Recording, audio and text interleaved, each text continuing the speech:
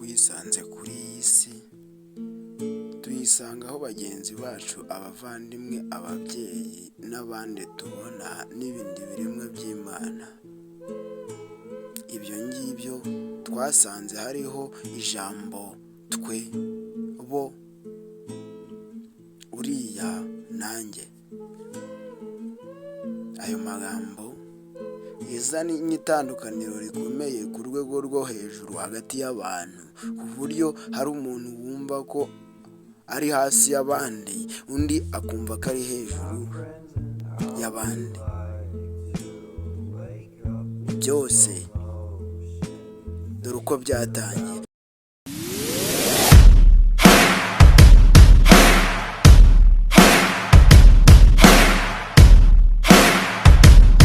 Nitwa Peter Kefa Joa Pahazementero, bahaye ikaze. Mu ntangiriro z'ibihe, isi yari ishyamba ry'ibitekerezo, abantu babana basangira umwuka umwe.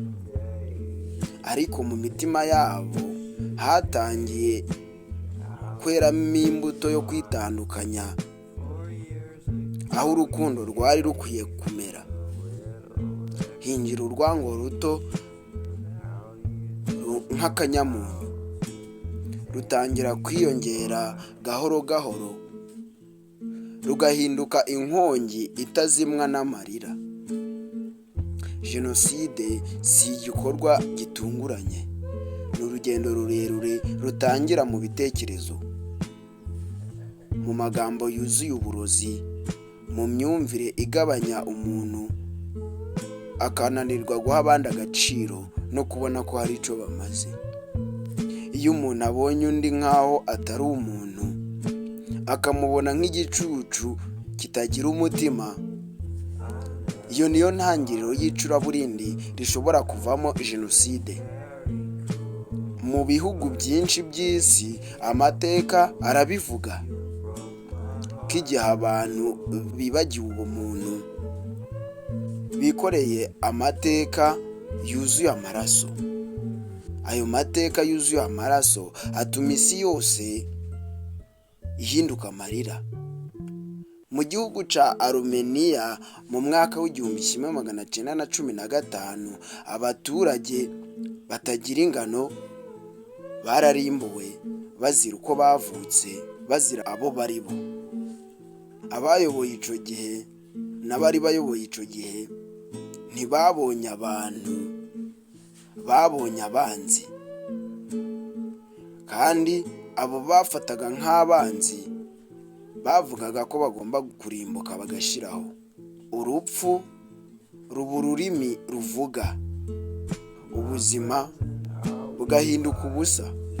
Mu gihugu c'Ubudage mu gihe ca Adolf Hitler, Abayahudi baratotejwe, bicwa bazira amaraso yabo.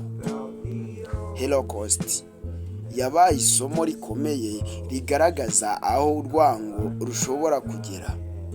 Iyo ubuyobozi bwemeye ko ubugome buyobora, nta kindi gisigara uretse amarira n'ivu.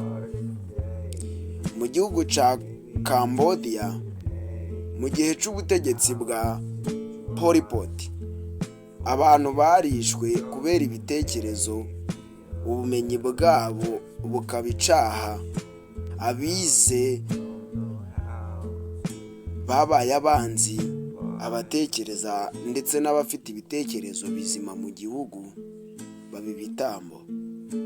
Igihugu gihinduka imva nini yuzuyemo amateka y'agahinda.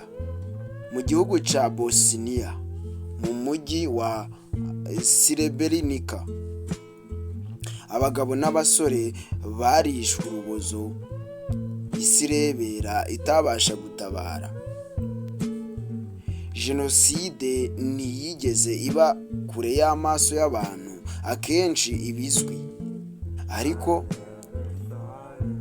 igateranwa n'abari bakwiye kuyihagarika. Ubwo amahirwe yo kuyihagarika aba atakibonetse, ibyo bigaragara mu maso y'abantu baba babirebera ntibagire icyo babikoraho.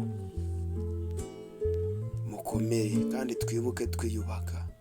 Mu gihugu cy'u Rwanda mu mwaka w'1994 isi yabonye isomo rikomeye, isomo ry'urwango rwari rumaze igihe kirekire rwubatswe. Amateka mabi y'ivangura yabibwe mu gihe cy'ubukoloni, aho abanyarwanda bigishijwe kwitandukanya bagahindurwa abanzi mu gihugu cyabo. Amoko ahinduka intwaro, abaturanyi bahinduka abanzi, abavandimwe bahinduka abicanyi, umuntu ndetse n'ubumuntu buratakara. Mu minsi 100 gusa mu gihugu cy'u Rwanda ubuzima bw'abantu barenga miliyoni bwarazimye. Isi irebera iraceceka, amarira yuzuye imigezi, amaraso atemba ku misozi. Abagize uruhare muri jenoside si bamwe gusa bafite imbunda, hari abateguye, hari abigishije urwango, hari abanditse amagambo mabi, hari abavuze amagambo akomeretsa, hari abacecetse mu gihe cyo gutabara no kuvuga. Bose abo bagira uruhare kandi bagize uruhare muri jenoside. Amateka atwigisha ko jenoside itangirira mu bitekerezo, ko amagambo ashobora kuba imbunda, ko urwango ruto rushobora kuba umuriro. Uwo muriro ushobora gutsemba ubuzima bw'abantu benshi. Abahanga benshi barabivuze ko umuntu ari ingabo ikomeye, ko kubana ari urufunguzo rukingura isi ibyago nka jenoside bikazima. Umwe mu bahanga yagize ati, iyo wemeye ko undi ari munsi yawe uba utangiye urugendo rwo kumwica. Aya magambo akwiye kutubera itara ndetse n'isomo rituyobora kugira ngo dutegure ejo hazaza. Si uwo gusa, hari undi muhanga wagize ati, jenoside ntitangira igihe amaraso amenetse, ahubwo itangira igihe abantu batangira kwanga abandi no kwitandukanya nabo. Uyu nawe yabivuzeho. Aya nayo ni amagambo agomba kutuyobora akagira aho atuvana ndetse n'aho atugeza. Igihe amaraso amenetse, iryo si isomo tuba dukeneye mu buzima, ahubwo tuba dufite kubirinda mbere y'uko biba. Isi igomba kwiga ntisubire mu makosa yayo. Amateka mabi ntaba umuco, ahubwo akaba isomo ryo kubaka ejo hazaza. Urubyiruko rugomba kwigishwa urukundo, rwigishwa kubana no kubahana, rwigishwa ko itandukaniro atari ingenzi mu buzima, ahubwo ari umutungo w'isi y'abantu bubatse ubumwe. Nta jenoside ishobora kubaho iyo abantu bubatse ubuzima ndetse n'ubumwe bushingiye ku bantu bose muri rusange, ntihabe twe nabo. Urupfu ntirubona aho rwinjirira. Reka twubake isi nsha idafite urwango mu mitima. Reka twubake ubumuntu busha bufite agaciro karenze byose.